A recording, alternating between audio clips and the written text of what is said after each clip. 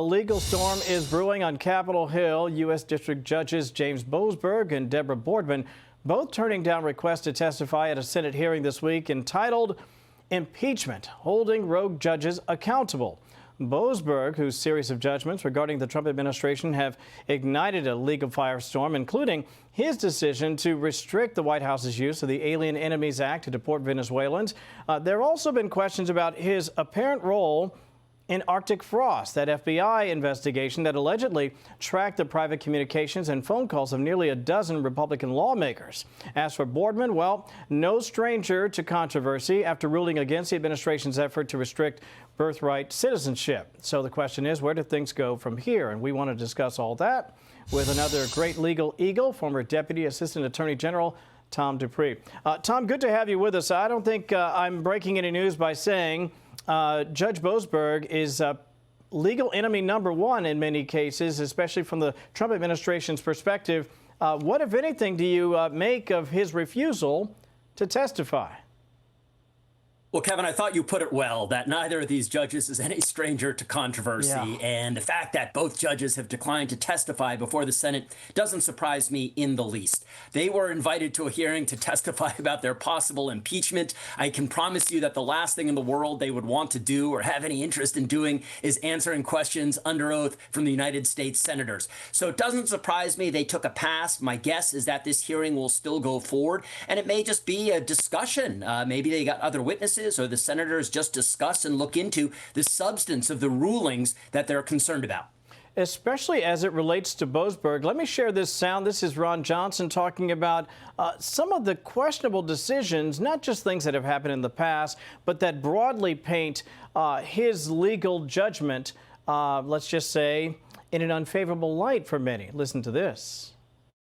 What Judge Boasberg did in issuing these non-disclosure orders, I believe, is illegal.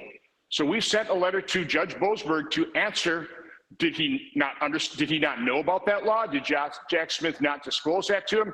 He's got till December 4th to respond to us. I hope he does.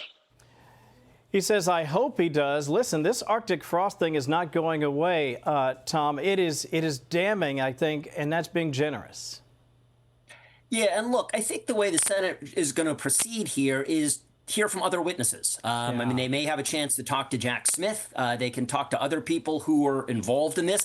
I think trying to get a federal judge to come and testify about what went into his decision-making is a difficult task. Typically, judges do not go and testify about the substance of their rulings or their reasoning before the Senate. So my guess here, if the Senate wants to look into it, they're going to be looking into other witnesses and other evidence to try to get a better handle on what actually happened here. Listen, it's one thing to complain about Judge Boasberg. It's another thing to actually act to do something. Let me share his background, and I think it is fairly clear, even to someone who might generally lean left. This is not really, to me at least, as I look at it from a layman's perspective, the actions of someone who is not a partisan. And that's, again, not even talking about Arctic frost. Can a person like this be impeached? And if so, how does that happen?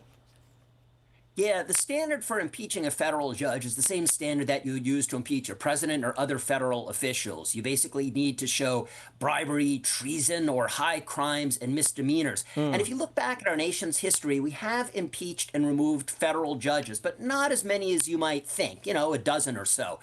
Typically, they would be removed and impeached for things like accepting bribes or failing to pay taxes or something unrelated to the substance of their rulings. Traditionally, the way that we would handle judges who kind of go off their rails and make crazy wrong-headed rulings is by challenging those rulings to the appellate court. And in this case, keep in mind that Judge Boasberg was reversed by the higher courts in this very case. That's typically the way that we would handle situations where you see judges just not fairly applying the law or ruling from partisan motives. You go to the appeals court or even the United States Supreme Court and get those decisions reversed. Yeah, and that's been happening quite a lot. I think someone shared something with me that said, I think the Trump DOJ is like batting 92% on getting a lot of these crazy rulings reversed. As for Boardman, again, a number of controversies, including, as I share a bit of Boardman's background.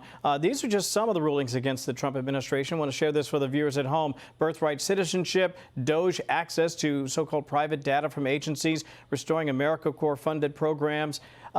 Again, just to name a few, it's one thing to say that there's judicial tyranny, and some people have made that argument. Others would say, Kevin, they're entitled. Where do you fall on that?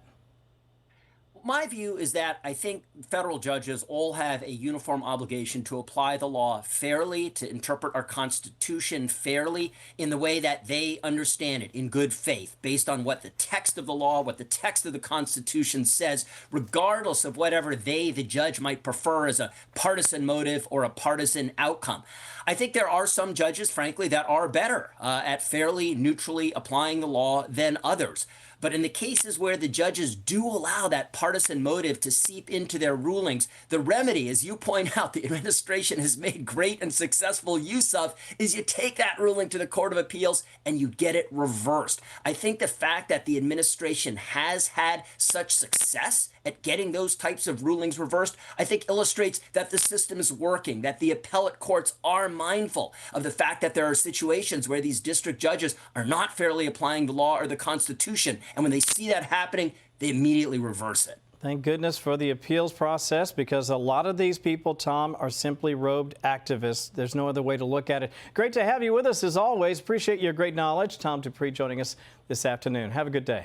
Hey everyone, I'm Emily Campagno. Catch me and my co-hosts Harris Faulkner and Kaylee McEnany on Outnumbered every weekday at 12 p.m. Eastern, or set your DVR.